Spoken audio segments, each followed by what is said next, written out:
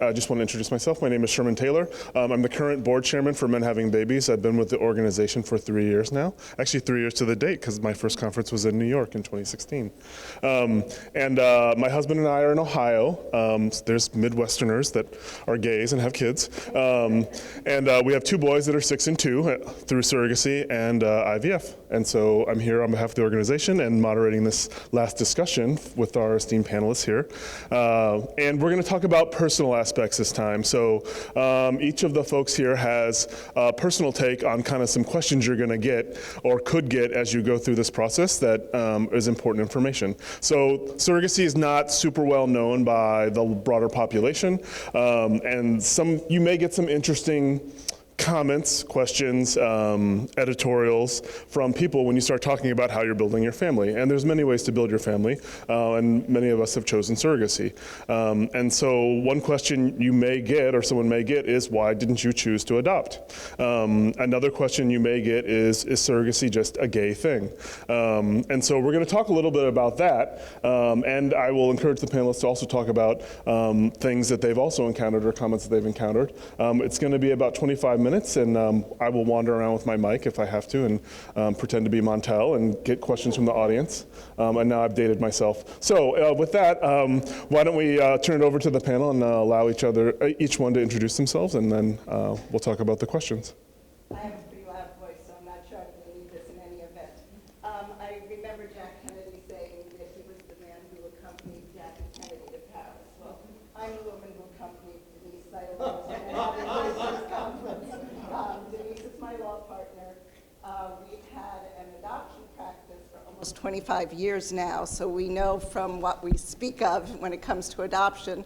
And we've been doing reproductive law probably for about the last 15 years. So, and it came very naturally into our practice through the adoption area. So that's our background in this. My name is Risa Levine, and I do not have a very loud voice. I am a real estate attorney in New York, which has absolutely nothing to do with why I'm here. I'm one of those people that you love to hate who just gets involved in a lot of different causes, which is I've been doing since I'm in 5th grade, one cause after another.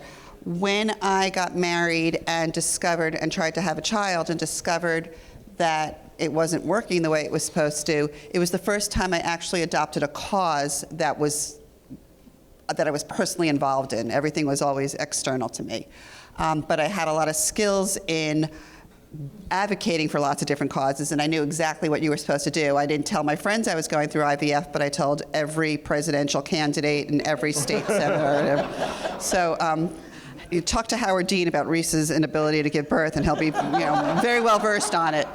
So that's what I'm doing here. I eventually was called by the then executive director, now president and CEO of Resolve, to get involved in their advocacy efforts, since I was already doing it, and it was a congressman who called her to tell her about me. And that's how I'm here. All right. Oh yeah, okay, this is working, all right. I'm like, yeah.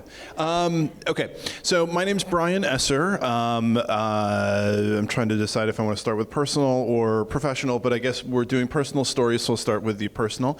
My husband and I have 2 sons, ages 8 and 5. I'm really not old enough to forget the ages of my children, but I briefly almost did there. We built our family through adoption. We have open adoptions with both of my sons' birth families, and happy to talk more about some of the comments that one gets along the way with adoption as well. I am also an attorney. I have an adoption and assisted reproduction practice. I have not been practicing quite as long as Nina and Denise, but I hold my own.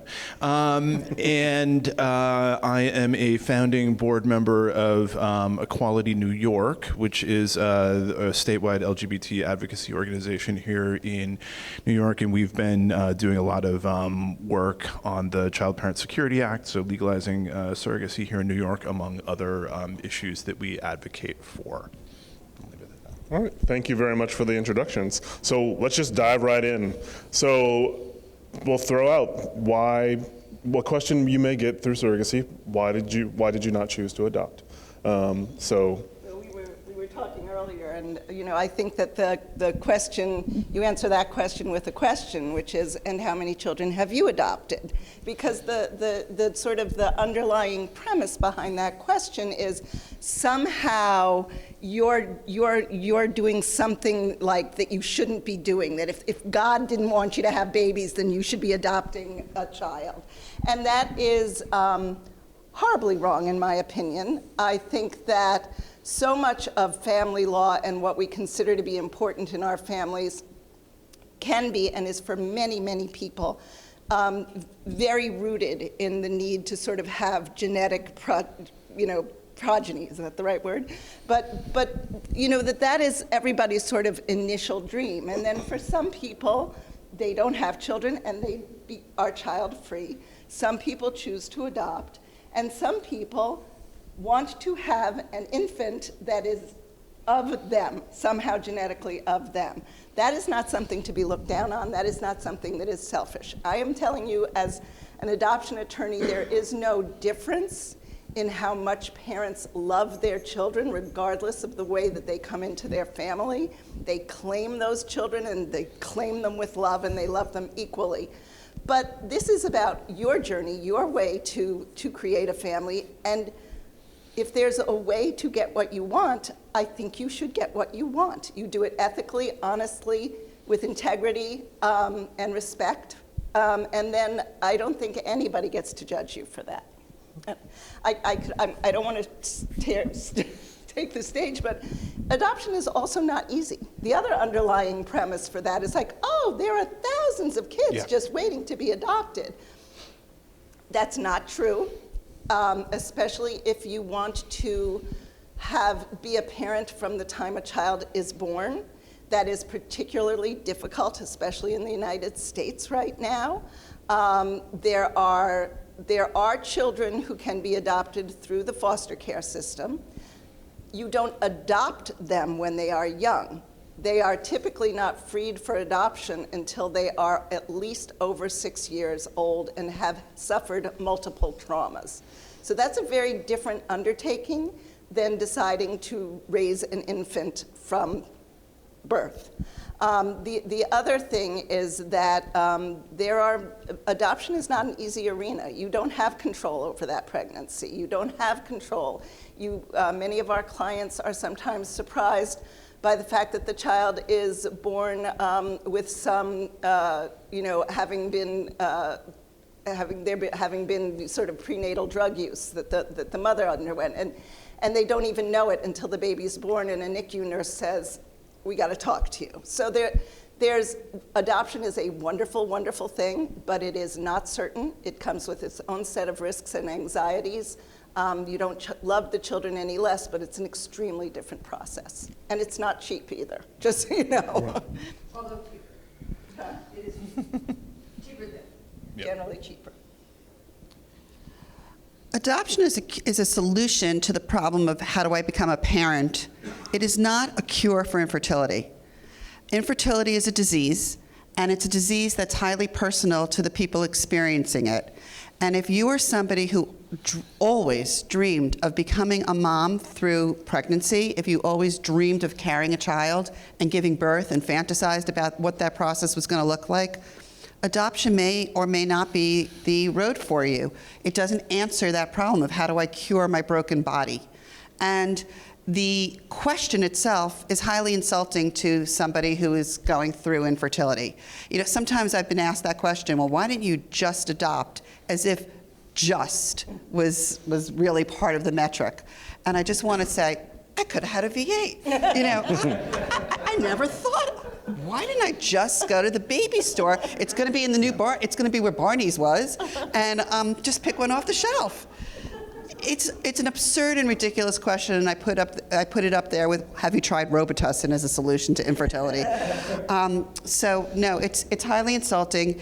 Even if it's not intended to be so, it is not an easy road for an infertile. It's a different analysis for every single person who's considering parenthood. But for somebody who has gone through infertility, it it's one of the most highly educated patient populations. It's a population that explores every new treatment, often knows more than the nurses who are practicing that area. They know what's going on, and they've researched the possibility of adoption as a solution for the problem of becoming a parent.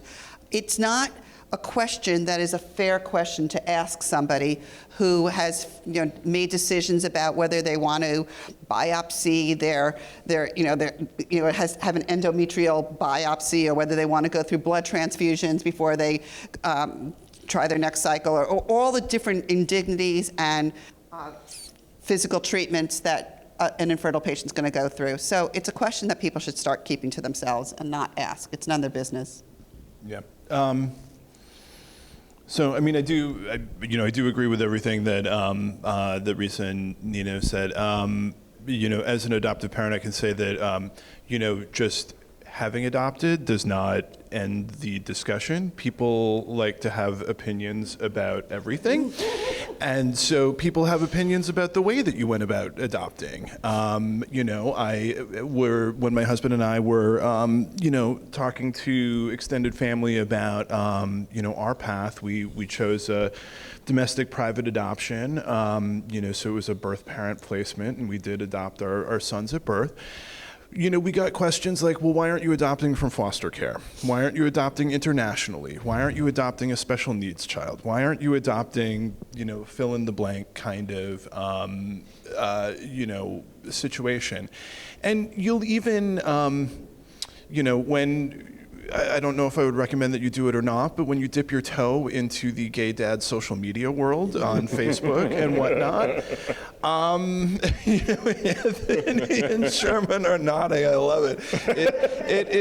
It's a wild and woolly place, and you get a lot of those opinions on there, and you get opinions from people who should probably know better, about the way other people went about building their families. So I do, I think there's it's important to sort of avoid the virtue Olympics, as it were, and, and things like that. But trying to think if I have anything more that I want to say on this point. But I think it does sort of speak to the broader issue of, people opining on the way other people, build their families. And, they are very personal decisions. And, I'm sure, Nina would back me up here that, we have adoption clients who, very easily could have afforded to pursue surrogacy. And they didn't for whatever reason, and they made their own value judgments about how they wanted to build their families. And, I respect that. I don't, interrogate people about, well, why are you doing this, And, and then we have, I practice in Wisconsin where compensated surrogacy is allowed. I have families where, they're really scraping to put together their budget and, to afford the, a surrogacy journey. And, with them, I'm also not interrogating, like, why didn't you choose to adopt? Why is this, the mode of family building that felt right for you? And, you just have to sort of, go with your gut and, do what feels right for you. And, some of those are personal and invasive questions. And to be honest, you don't owe anybody an explanation for, for why you did things the way that you did them. And never, ever, ever read the comments on any article about adoption or IVF or fertility or any surrogacy or any of these. Never read the comments. I wanted to echo something that was said on one of the earlier panels, which is that, people tend to psychologically muddy the line between surrogacy and adoption. And, they're both about the way that children come into your family, but they are extremely different processes with their own set of challenges. I did want to make the point, I did a little bit of homework, and the National Council on Adoption has this huge statistical thing on adoptions in America, adoption by the numbers. And it turns out, at least if I read this correctly, that only about 10% of the people who pursue private adoption, which is adoption through either a private agency or as an individual. Only about 10% of them are successful in adopting infants. So there's not a huge success rate there, and there's a lot of disappointment there. So the notion that it's easy to adopt or that it's something you can easily do, it's just not true. There is a difference between fostering, which is a wonderful, wonderful, wonderful thing, but with fostering, your first obligation is to return that child to its birth family. So when people say, well, there are all these foster children, that is if you are prepared for that particular undertaking, which is a very noble one, but it ends up with your goal being returning the baby. And if what you want is to have your baby, then that's not the right place for you to be. And the foster care agencies will tell you that as well. So then the only other choice, if you want an infant, is really to do some form of assisted reproduction. So that's just another point that's out there. Thank you. Thank you for sharing those experiences. We didn't talk as much this morning and this afternoon about the heart of and the emotional aspects, and that's what we're going to talk about in this last 30 to 35 minutes. And so another question that you may encounter or someone may encounter is surrogacy just a gay thing? And of course the answer is yes. With all of our gay superpowers, it's only for gays. So can you comment on surrogacy and what communities it affects, heterosexual versus the LGBT community? The way that Denise and I even became introduced into this area of the law was through families coming to us who had children through surrogacy, and they were, I would say, in the first few years, entirely heterosexual families.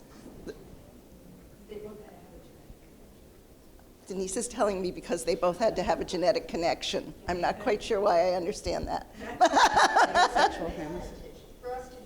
Yeah, but we used to do adoption. We used to do adoption. So that it was, even if both parents were the genetic parents of the child, we still had to take them through an adoption process, which made absolutely no sense. But yeah, for the most part, it clearly, the way we were introduced to it certainly wasn't through our through the superhero gay guys. I'm not going to live that down. So surrogacy is not a gay issue, it's a family building issue, period. I mean, full stop. I could drop the mic, but I don't want to do that. It's simply a family building issue, and it's for anybody who wants to build a family who can't do it between a man and a woman having sex. I mean, that's it. And so, again, there are a lot of reasons why one might have to capitalize on the ability of another woman carrying a child for them. It might be because they had cancer and they lost their ability to carry. It might be because the woman's infertile. It might be another disease that doesn't allow her to carry, that there's a problem with it. And then you get to gay couples, yes, but it is not just any one group, and it should never be viewed through that prism. Family building, end of story. Two people or one person wants to have a child, and that's the only one that's going to work, end of story. So I'm going to be controversial. Go for it. Not overly controversial, but just a little bit. So, I think there's been a lot of efforts in the LGBT community to code a lot of things that we don't necessarily automatically think of as being LGBT issues, criminal justice reform, poverty issues. I recently saw something talking about why climate is an LGBT issue. So there you go. So sort of putting that aside, I mean, I think one of the reasons why it's been a number of, why, and I don't want to say that it's only been LGBT organizations in New York that have been working on the bill, because obviously it's not. But by where there's a lot of momentum coming from, from our community, is is because, it's the recognition that, it takes, three things to make a baby, right? It takes, sperm, egg, and uterus. And so, most LGBT couples do not have those three things present in, within their unit. And so, we need to go outside in order to, to have a genetic child.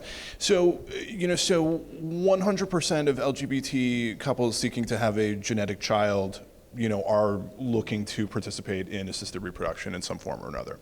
So, so I think that's part of the reason why there's been a lot of momentum from, from our community towards, modernizing our law in New York. But, it's not, I think it's just the different side of the same coin that, that Nina and Risa are talking about. You raised some fair points, and I want to just put a little bit of a gloss on them. Resolve, the National Infertility Association, has been on this issue since day one, and we've been working on this issue in New York 100%. And in other states. Mm-hmm. But again, this goes to the experience of the infertile person, which is a different experience from an LGBT couple. When you're an infertile person, you don't start off with surrogacy. You start off with trying to have a baby in the heterosexual way.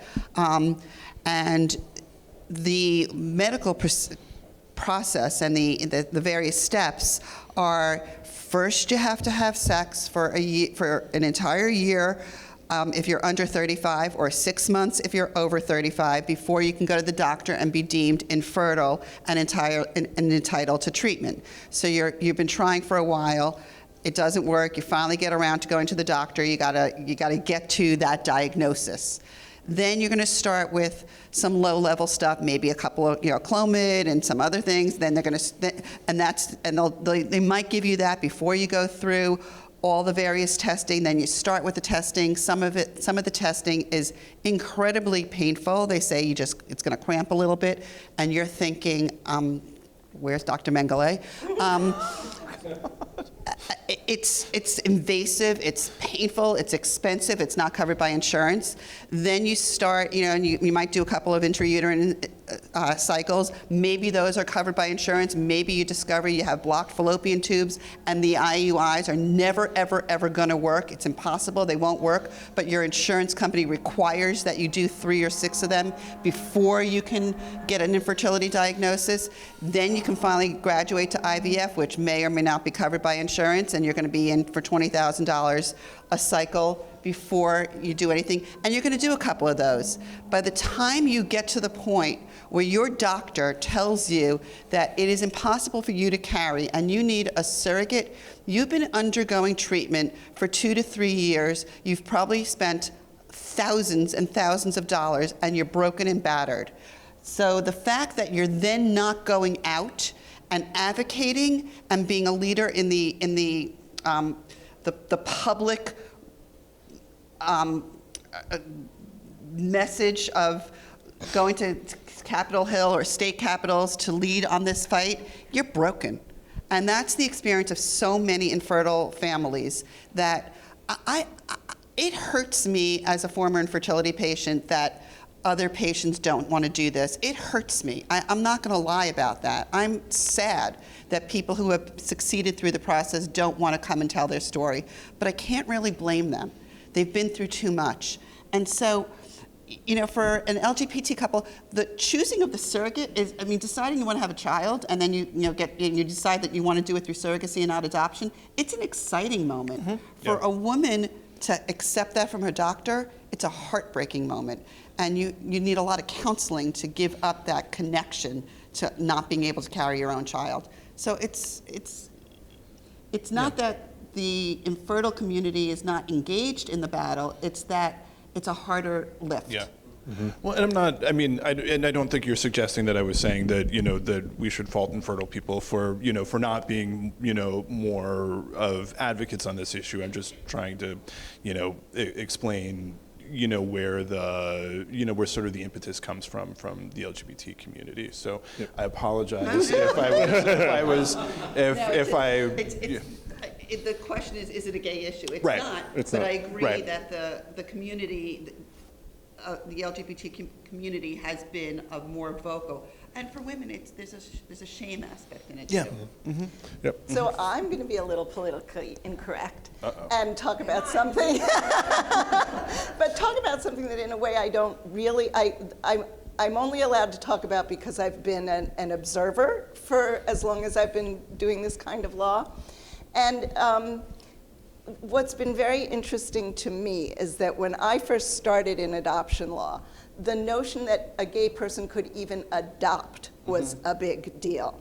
And so what I've seen sort of over the arc of time is that it's at least, thankfully in New York where we are, it is so taken for granted. It's so obvious. Nobody ever questions it. And in fact, gay male couples are usually the first chosen for adoptive parents. So if you're a cute gay couple from New York, your odds go up on getting chosen as an adoptive family. It's true.